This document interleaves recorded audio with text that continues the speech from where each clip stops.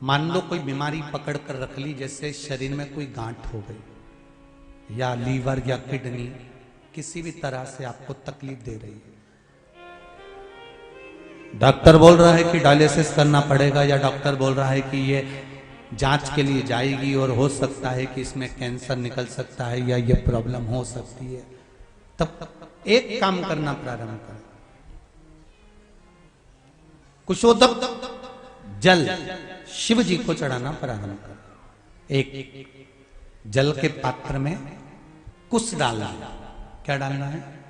कुश, कुशा जो होती है उसका कुशा डाल दीजिए और उस कुशे को वापस निकाल लीजिए। 10 मिनट 20 मिनट तक उस जल के अंदर कुश पड़ा होना चाहिए। वो कुशा वापस निकालने के बाद में जिस व्यक्ति को रोग है और रोग का इलाज लग नहीं रहा हो या तकलीफ आ रही हो, तो कुशोदक जो जल होता है वो शिव जी को श्री शिवाय नमस्तुभ्यम बोलकर समर्पित करना चाहिए। उसी का आधा चम्मच से भी आधा चम्मच भाग लेकर आ जाओ, थोड़ा सा शरीर पर छीटा, थोड़ा सा आचमन उस कुशोदक जल का करना प्रारंभ कर दीजिए। बाबा चाहेगा शरीर ठीक होना प्रारंभ हो जाए।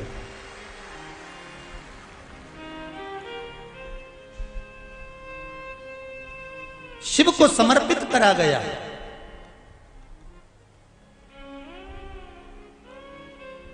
कुश का जल भगवान शंकर को जब समर्पित किया जाता है तो केवल शिव के लिए नहीं रहता, वो जल हमारे पूर्वजों के लिए भी रहता है। उसका लाभ हमारे पूर्वज भी हमें प्रदान करते हैं, केवल शिव के लिए नहीं।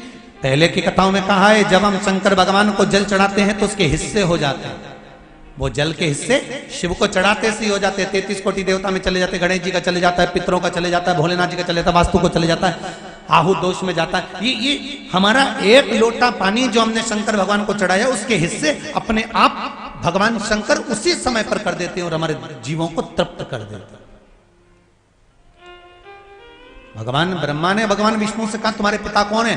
भगवान विष्णु कहते हैं मेरे पिता देवाधिदेव महादेव है। तब भगवान ब्रह्मा को विश्वास नहीं हुआ तो उन्होंने कहा मैं तुम्हारे पिताजी का दर्शन करना चाहता हूं, और एक पर्वत को घुमाना प्रारंभ करा। ऐसा पर्वत घुमाया, ऐसा घुमाया कि उसमें से अग्नि का एक खंभ प्रकट हो गया और ऐसा लिंगायत आकृति प्रकट हो गई, और उस लिंगायत आकृति में से आवाज आई कि हे नारायण, हे ब्रह्मा, मैं ही आप सबकी उत्पत्ति का कारण, मैंने ही भगवान विष्णु को प्रकट करा है और भगवान विष्णु ने ब्रह्मा तुमको प्रकट करा।